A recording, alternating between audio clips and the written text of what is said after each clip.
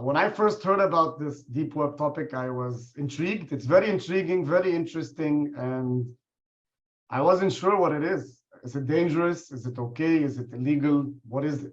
So today we'll talk about it a little bit. But again, if there are any questions about cybersecurity, the first part of the lecture, please let me know. Otherwise, I will proceed. So any questions? Dr. Ahmed, just a quick question. Sure. In the part when you mentioned cybersecurity companies, the top Yes. cybersecurity like Kaspersky and other companies. So, do you mean that it is if we are in a company that we need to establish our cybersecurity, so we have to make this system completed under all these companies? So. It is a complete system, or just we install antivirus and anti-malware to our devices, so it will be that's it? Thank you, Mr. Ayman. Very good question. So it's actually both, meaning the solution depends on your company's needs and systems, right? So if it's simple, if your technology infrastructure is simple, you can download antivirus, anti-malware, and get products that companies like these sell and install them yourself, right? But if your system is more advanced and there's a high risk of digital hackers, you can kind of partner with these companies to help you secure your system. So part of their work, they have consultants also, right? They hire cybersecurity professionals. So Cisco, for example, Norton, they have experts doing research, monitoring hackers to see what new virus is there, because a new virus comes out, they create the antivirus, right? It's like vaccine and COVID, same idea. So they hire experts and people who understand cybersecurity and technology. So if you need help, for example, they can give you cybersecurity consulting, not only the software, but they can come in for a project and look at your system and say, okay, Mr. Ayman, you need to install, this system is has weak security. This system is dangerous. I recommend this system. You secure it with this software and this hardware, and they give you the recommendation. So there are very simple to very complex solutions. It's like a matrix, depending on every tool has its own security solution, and the overall firewall, etc., has its own solutions as well. So you can work with cybersecurity companies to create that security strategy. Actually, does that help answer the question? One more question, Dr. Ahmed. Sure. So, as you started this lecture today, that the cybersecurity is important to secure our business and to because if we have any information lost because of the cybersecurity or lack of cybersecurity, so maybe we'll use money or customer information. So, and also this is also this security system. It will cost the company. So if I'd like to make an financial adjustment. Okay, how can I make like a budget for the cybersecurity? How can I include the cybersecurity in our financial budget?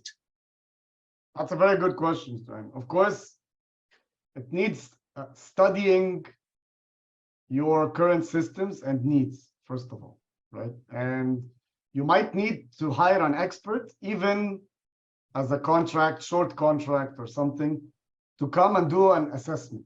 They call this a security assessment, right? So someone comes in, it's like hiring, let's say you have a home, like a villa, you hire an expert to come and check, how do I secure my home in the best possible way? Yeah. Right? And most cost-efficient way also. So maybe there's very advanced systems, I don't need all this, but maybe they'll say, you need to install a camera here, a sensor on the door, these windows are dangerous, so we need metal. And same idea with a security consultant. They can come in and do an assessment and tell you, of course, they will try to sell their products if it's a company, of course. But if you can hire an independent consultant, he can come in and check these areas are dangerous, this is secure, this is okay.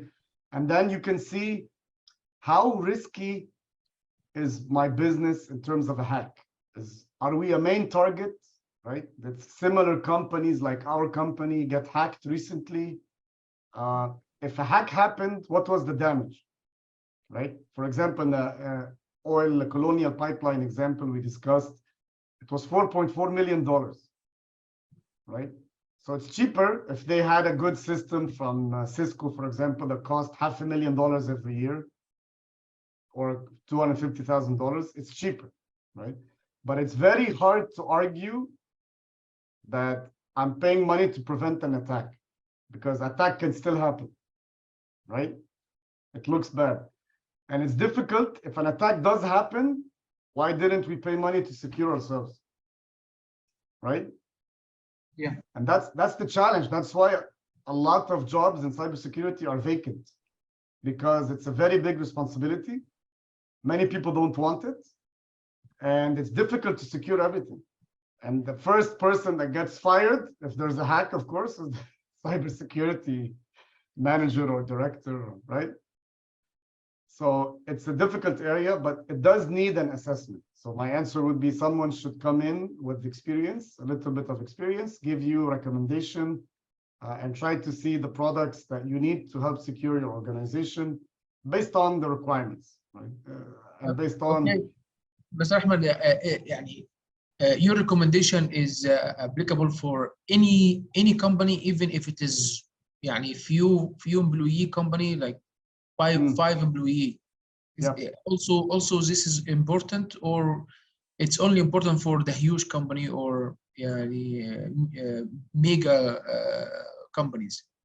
That's an excellent question, Mr. Ryan. It's important for all companies, but much more important as the company grows, right? Because small company, 5 people, maybe hackers don't know you, right? But everyone knows Aramco. So they're a target globally. Or everyone knows, HSBC Bank in London. But maybe because it's a small company, we don't have strong systems yet. This was like when the internet started in 1997, 98, 90. Websites were new. People didn't, why should I secure? It's not a big deal, it's just a website. But what if someone that knows you, or someone who is unhappy, previous employee that was fired? By the way, previous employees that were fired are sometimes the main source of information for hackers, or they themselves could be leading a hack. And that's why the policy in global companies, Fortune 500 companies in North America and Europe, if they fire someone or they're planning to let go of employees who work in technology and cybersecurity, they don't tell you. They don't tell you in advance, because you have access to the system and data. I've seen it myself with colleagues. They send them in the morning an email from HR, please come, just HR, we need you for 15 minutes. Please bring your laptop.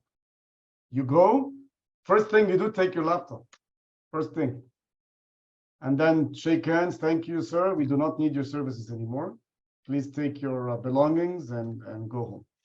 Because they don't want people to cause damage, right? And cybersecurity. So for small companies, you do not need expensive hardware or software. You can download maybe just a paid version of an antivirus. You need a firewall system and security for your database. If you have a database to prevent the SQL injection, just security for your database. And the website now, domain providers like GoDaddy and the others, they have security for the website.